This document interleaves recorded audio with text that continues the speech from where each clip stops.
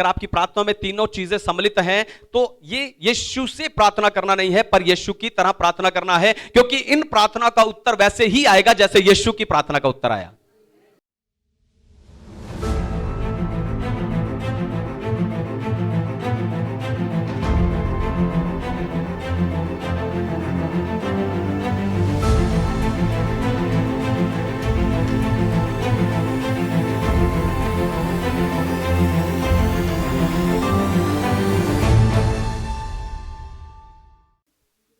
Hallelujah.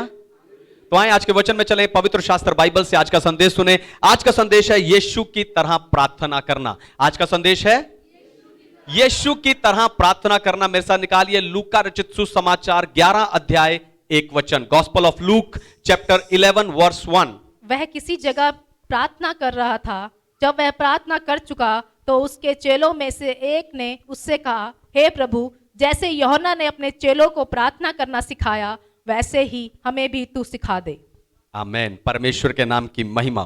तो यीशु किसी जगह प्रार्थना कर रहे थे। प्रार्थना की जगह मिलती नहीं है, ध्यान सुनिए, प्रार्थना की जगह मिलती नहीं है, पर आपको खुद प्रार्थना की जगह बनानी पड़ती है। सिर्फ प्रत्यक्ष में नहीं, पर अपने मन में भी। हालेलुया। आपको प्रार्थना की जगह किसी प्रत्यक्ष कमरे में नहीं, सिर्फ अपने मन में भी आपको वो जगह बनानी पड़ती है, ताकि जब आपका मुंह, जो आपका मुंह बोल रहा है, जो आप मुंह से शब्द बोल रहे हैं, उस पर आपका मन उसे देखते हुए विश्वास भी कर रहा हो। क्योंकि प्रार्थना के द्वारा पहाड़ तभी हिलते हैं जब प्रार्थना के समय आपका मन पहाड़ के उस ओर की सुंदर वादी पर होता है। हालेलुया। दोबारा सुनिए, ध्यान से सुनिए। प्रार्थना के द्वारा पहाड़ तभी हिलते हैं जब प्रार्थना के समय आपका मन पहाड़ के उस ओर की सुंदर वादी पर लगा रहता है। जब वो प्रार्थना कर चुका तो उसके चेलों में से एक ने आकर कहा, प्रभु, हमें भी प्रार्थना करना सिखा। उसने मुझे सिखा ऐसा नहीं कहा, उसने कहा हमें भी प्रार्थना करना सिखा।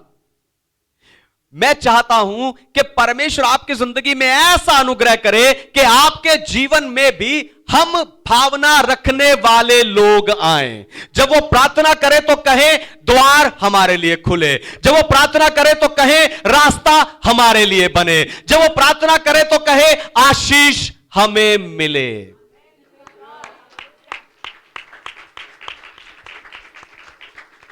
आप देखो, चेले यहूदी थे, पुराना नियम वो जानते थे, मंदिर जाते थे, यानी उन्हें प्रार्थना करना भी आता होगा। तो अभी यीशु ने उनकी बात को सुनकर उन्हें एक प्रार्थना करनी बताई। यीशु ने उन्हें प्रार्थना के बारे में बताया, प्रार्थना सिखाई, और जिसे आज हम प्रभु की प्रार्थना या लॉर्ड्स प्रेयर कहते हैं। फिर लोगों को लगने लगा कि यही प्रार्थना है। हालेलुया। लोगों को लगने लगा ये लॉर्ड्स प्रेयर ही, ये प्रभु की प्रार्थना ही प्रार्थना है, और उन्होंने उस प्रार्थना को रट लिया और हर सभा के बाद उस प्रार्थना को दोहराना शुरू कर दिया।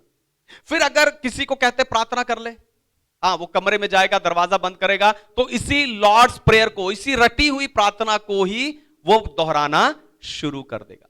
पर आपको बताऊं, असल में यीशु चाहते थे, है ना, यीशु हमें प्रार्थना रटने के लिए नहीं दी, पर हमें सिखाने के लिए दी। हालेलुया। यीशु ने प्रार्थना में रटने के लिए नहीं दी, पर सिखाने के लिए दी, क्योंकि असल में यीशु चाहते थे कि जब मैं और आप प्रार्थना करें तो इन सारी बातों को अपनी प्रार्थनाओं में सम्मिलित करें।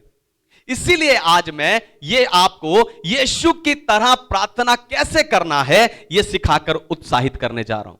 लेकिन उससे पहले मैं चाहता हूं दुनिया भर से जितने विश्वासी स्पिरिचुअल पैशन असेंबली यानी आत्मिक उत्साह की सभा के संदेश को सुनते हैं, हम जोरदार ताली से उनका स्वागत करें।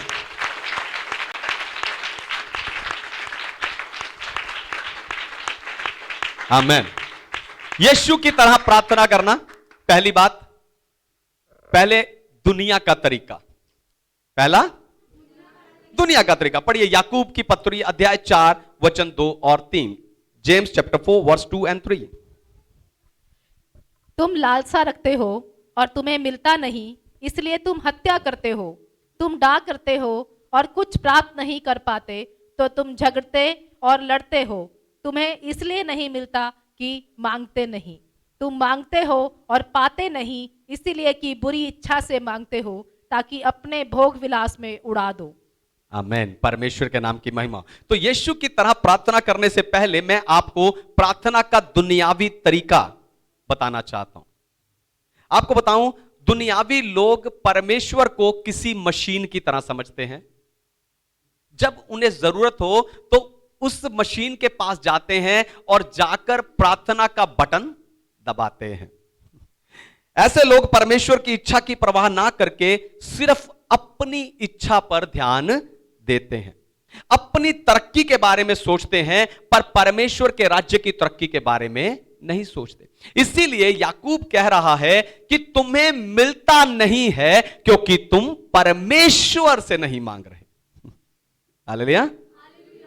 याकूब कह रहा है तुम्हें मिलता नहीं है क्योंकि तुम परमेश्वर से नहीं मांग रहे हो, और अगर मांग रहे हो तो बुरी गलत उद्देश्य के साथ मांग रहे हो ताकि उसे अपने भोग विलास में उड़ा दो। यह एक दुनिया का तरीका है जो परमेश्वर को मशीन समझकर जरूरत के समय सिर्फ प्रार्थना के लिए जाते हैं। यीशु की तरह प्रार्थना करना। दूसरी बात, चर्च का तरीका। दूसरी बात, चर्च का तरीका। पढ़िए मत्ती रचित सुसमाचार 6 अध्याय 5 वचन। Gospel of Matthew chapter 6 verse 5। जब तू प्रार्थना करे तो कपटियों के समान ना हो, क्योंकि लोगों को दिखाने के लिए आराधनालयों में और सड़कों के मोड़ों पर खड़े होकर प्रार्थना करना उनको अच्छा लगता है। मैं तुमसे सच कहता हूं कि वे अपना प्रतिफल पा चुके। आमेन। परमेश्वर के नाम की महिमा। तो यीशु की तरह प्रार्थना करने से पहले मैं आपकी पहचान धर्म की प्रार्थना से करवाना चाहता हूं। बहुत से लोग प्रार्थना को धर्म का काम समझकर प्रार्थना करते हैं। हालेलुया। बहुत से लोग प्रार्थना को धर्म से जुड़ा हुआ एक काम सोचकर प्रार्थना करते हैं, और वो प्रार्थना करते हैं जो वो सुनते आए हैं। हालेलुया। वो प्रार्थना को धर्म का काम समझकर करते हैं, और वो प्रार्थनाएं करते हैं जो वो सुनते, किसी से सुनते सुनते सुनते आए हैं, वही वो प्रार्थना करते रहते हैं। यूहन्ना 9 अध्याय में जब प्रभु यीशु मसीह को जन्म का अंधा मिला तो चेलों ने पूछा, प्रभु इसने पाप किया या इसके माता पिता ने? क्योंकि चर्च ने हमें यही सिखाया है कि बीमारी पाप के कारण आती है। क्योंकि 10 आज्ञाओं में परमेश्वर ने लिखा कि मैं बेटों, पोतों और परपोतों को दंड दूंगा। इसलिए चर्च ने यह धारण कर लिया, यह सिखाना शुरू कर दिया कि बीमारी पाप के कारण आती है। और वो सुनकर एक ने, दूसरे ने, तीसरे ने, चौथे ने, और अब चेले पूछ रहे हैं, प्रभु इसने पाप किया कि इसके माता पिता ने? जबकि निर्गमन की पुस्तक 20 अध्याय 5 वचन में यह लिखा है कि जो परमेश्वर से बैर करता है उनके बेटों, पोतों और परपोतों यानी 3 पीढ़ियों को परमेश्वर दंड देंगे। हालेलुया। यानी लोग पीढ़ी दर पीढ़ी जो सुनी सुनाई प्रार्थना करते आए हैं, ऐसे लोगों ने परमेश्वर के साथ रिश्ते को अहमियत नहीं दी, पर उन्होंने रटी हुई प्रार्थना को एक रीति बना लिया और रटी रटाई प्रार्थना करना शुरू कर दिया। हालेलुया। धर्म से जुड़ी हुई प्रार्थनाओं ने परमेश्वर के साथ रिश्ते को अहमियत नहीं दी, पर उल्टा उन्होंने प्रार्थना को रीति बना लिया, धर्म का काम बना लिया और रटी रटाई प्रार्थना करनी शुरू कर दी, है ना। इसीलिए ऐसे लोगों का रिश्ता परमेश्वर के साथ नहीं है, पर उन्हीं के साथ है जिनकी सिखाई हुई प्रार्थना वो कर रहे हैं। दोबारा सुनिए, ध्यान से सुनिए। जो लोग चर्च की सिखाई हुई, पीढ़ियों की सिखाई हुई प्रार्थना, रटी हुई प्रार्थनाएं कर रहे हैं, उनका रिश्ता परमेश्वर के साथ नहीं है, पर उनका रिश्ता उसी के साथ है जिनकी सिखाई हुई प्रार्थना वो कर रहे हैं। अगर यकीन नहीं है तो एक छोटा सा टेस्ट करके देख लेना। ये धर्म के रटी हुई प्रार्थना करने वाले लोग जैसे प्रार्थना में बोलते हैं वैसे असल जिंदगी में नहीं बोलते। हालेलुया, है ना। इनका स्टाइल, इनकी बोली, इनकी भाषा, इनकी बातें, इनकी लय, ये सब प्रार्थना के समय बदल जाता है। यानी ये कोई सिखाई हुई प्रार्थनाएं कर रहे हैं। हालेलुया। आपको बताऊं, धर्म की प्रार्थना करने वाले लंबी लंबी प्रार्थना करने को सामर्थी प्रार्थना समझते हैं। वो सोचते हैं मैं जितनी लंबी प्रार्थना करूंगा उतना क्या होगा, ये सामर्थी प्रार्थना होगी। लेकिन यीशु मसीह ऐसे लोगों को कपटी कह रहे हैं। क्या कह रहे हैं? ऐसे लोगों को कपटी कह रहे हैं जिन्हें सड़कों पर, मोड़ों पर, सभाओं में खड़े होकर लंबी लंबी प्रार्थना करना अच्छा लगता है। यीशु कहते वो अपना प्रतिफल पा चुके, यानी उन्हें जो चाहिए था वो उन्हें मिल गया। वो दिखना चाहते थे और वो उन्हें मिल गया। पर आपको बताऊं, वो दिख तो जरूर रहे हैं पर परमेश्वर के द्वारा सुने नहीं जा रहे। हालेलुया।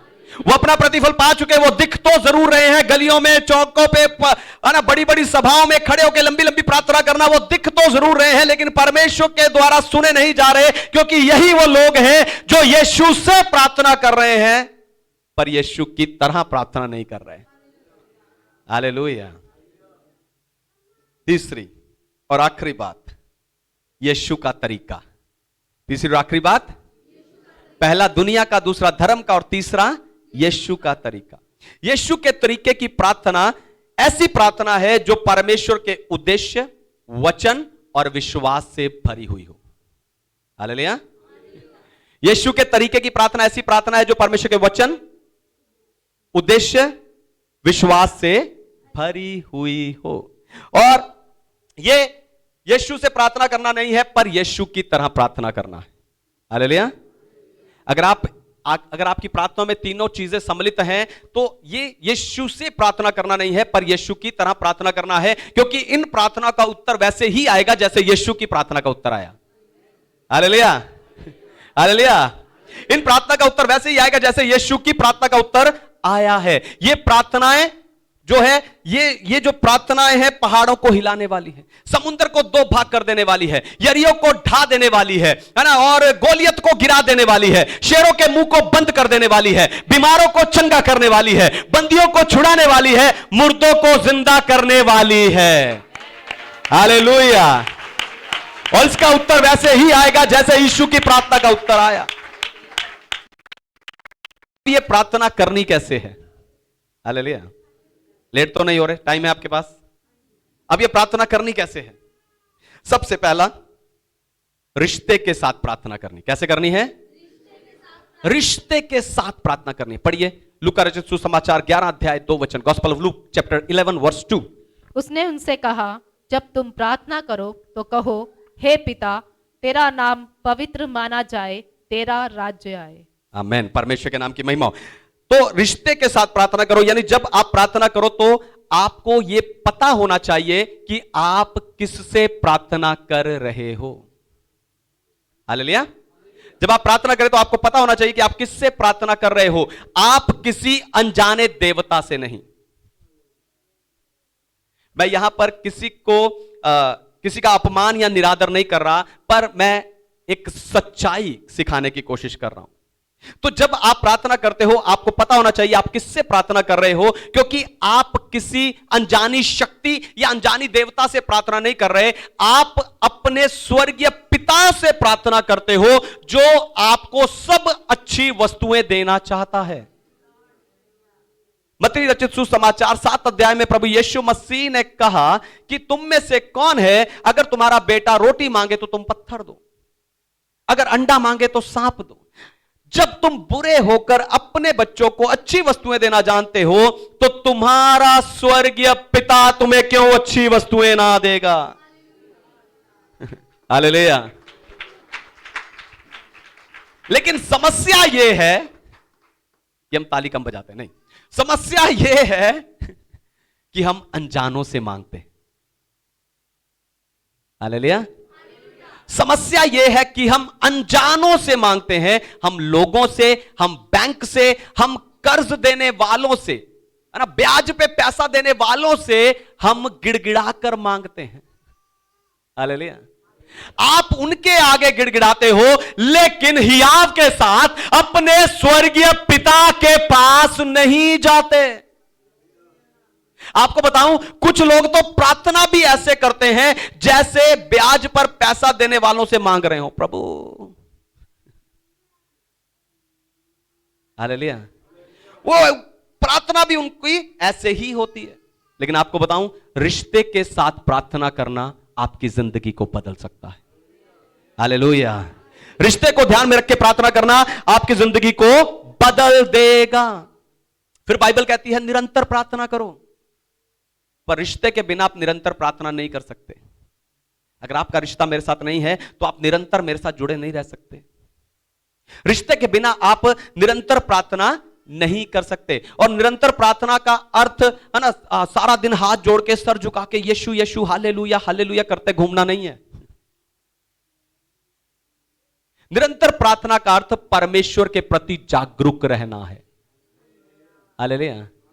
जब आप गाड़ी में जा रहे हो, 2-3 लोग आप गाड़ी में जा रहे हो, उस समय आप बोलते नहीं रहते, आप चुप करके गाड़ी चलाते हो, बोलते नहीं रहते। लेकिन अगर किसी को कुछ कहना है वो बोलता है, और जो जिसने जवाब देना है वो सुनकर उसका जवाब देता है। यानी आप जागरूक रहते हो कि मेरे साथ कोई है। हालेलुया। उसी प्रकार परमेश्वर हमेशा आपके साथ होता है। ध्यान सुनिए, परमेश्वर हमेशा आपके साथ होता है और कई समय पर वो बोल भी रहा होता है, पर आप सुनते नहीं, आप उसके प्रति जागरूक नहीं होते। यही कारण है कि यीशु मसीह ने प्रार्थना सिखाते समय सबसे पहले हे पिता यह सिखाया, क्योंकि पिता के इस रिश्ते पर ही है ना प्रार्थना की बाकी सारी आज्ञाएं निर्भर करती हैं। हालेलुया।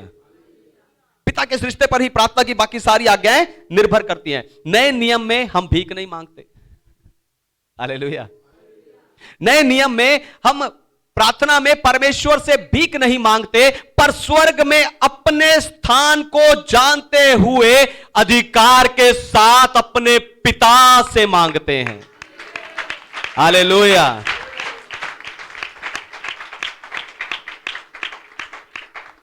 दूसरा, स्थान को याद रखकर प्रार्थना करें। किसको?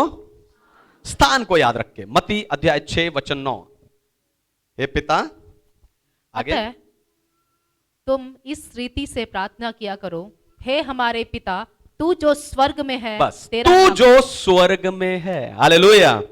तो स्थान को याद रखकर हमें प्रार्थना करना है। प्रार्थना करते समय आपको याद रखना है कि आपके पास वो स्थान नहीं है जो परमेश्वर के पास है। हालेलुया। आपके पास वो स्थान नहीं है जो आपके पिता के पास है। प्रार्थना करते समय आपको याद रखना है कि आप वहां नहीं बैठे जहां आपका पिता बैठा है।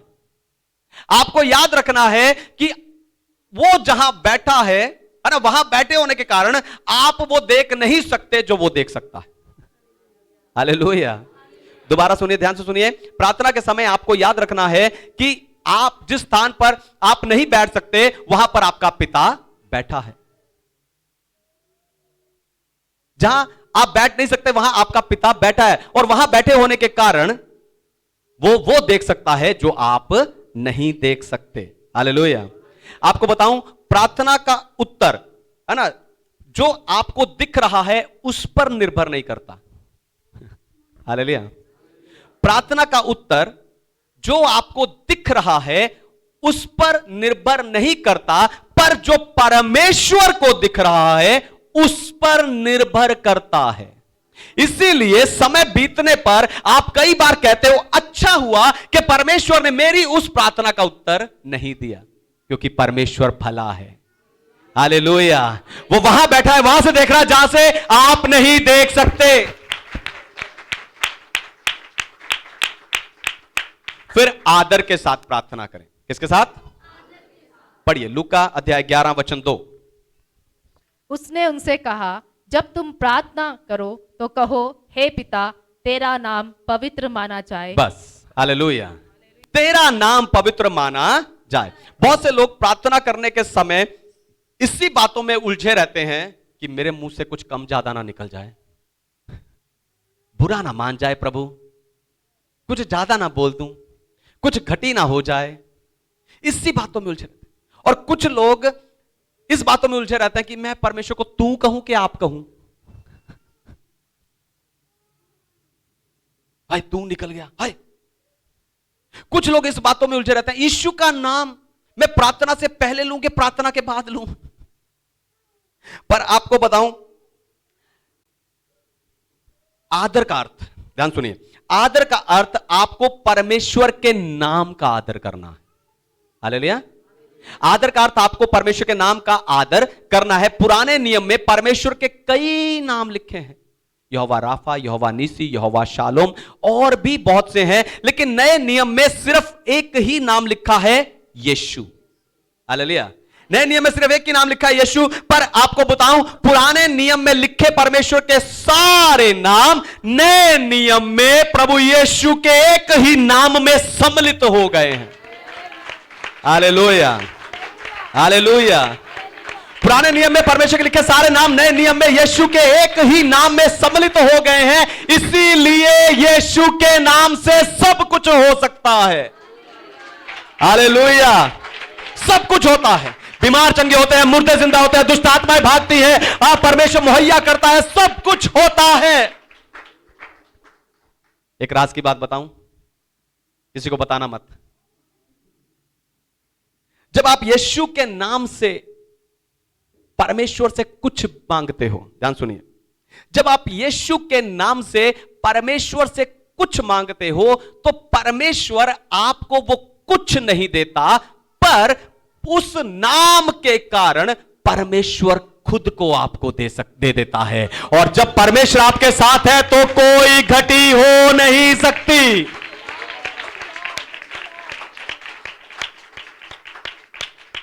फिर मिलकर प्रार्थना करें। आगे उसी वचन को पढ़ें, लूका 11:2। उसने उनसे कहा, जब तुम प्रार्थना करो तो कहो, हे पिता, तेरा नाम पवित्र माना जाए, तेरा राज्य आए। आमीन। तेरा राज्य आए। मिलकर प्रार्थना करो, तेरा राज्य आए। तो प्रार्थना में याद रखो कि आपकी व्यक्तिगत जरूरत के बाहर भी परमेश्वर को उसके राज्य पर ध्यान देना है। हालेलुया। आपको प्रार्थना के समय याद रखना है कि आपकी जरूरत के बाहर भी परमेश्वर को उसके राज्य पर ध्यान देना है। दुनिया सिर्फ आपके इर्द गिर्द नहीं घूमती। मैं, मेरा घर, मेरा पति, मेरे बच्चे, मेरे घर का झगड़ा, मेरा ये, मेरा स्कूटर, मेरी गाड़ी, मेरी नौकरी, मेरा पैसा, मेरा कर्जा। दुनिया आपके इर्द गिर्द नहीं घूमती। आपके जीवन से भी बड़ा काम परमेश्वर को करना है, और वो चाहता है कि यीशु की तरह, परमेश्वर चाहते हैं कि यीशु की तरह आप भी उसके राज्य के लिए प्रार्थना करें। हालेलुया। आप भी उसके राज्य के लिए प्रार्थना करें। आपको बताऊं, लोग अंधकार के राज्य के विरुद्ध तो प्रार्थना करते हैं, पर परमेश्वर के राज्य की बढ़ोतरी के लिए प्रार्थना नहीं करते। हालेलुया। तुम अपने पिता शैतान से हो, यीशु मसीह ने इसीलिए कहा। लोग अंधकार के राज्य के विरुद्ध प्रार्थना करते हैं, लेकिन परमेश्वर के राज्य के लिए प्रार्थना नहीं करते। इसलिए जब आप प्रार्थना करो तो प्रार्थना करो कि परमेश्वर के राज्य में अच्छे लीडर हों। हालेलुया।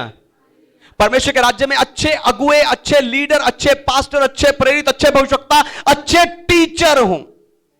प्रार्थना करें कि लोग उद्धार की जरूरत को समझें और प्रभु यीशु मसीह को अपना मुक्तिदाता ग्रहण करें। प्रार्थना किया करो कि हर एक सभा में परमेश्वर के अद्भुत काम कलीसिया के बीच में हों। आपको बताऊं, यीशु रोज ये प्रार्थना करते थे। हालेलुया। इसीलिए उसकी कलीसिया में रोज चमत्कार होते थे। हालेलुया। अगर आप भी रोज प्रार्थना करें तो रोज चमत्कार को देखेंगे।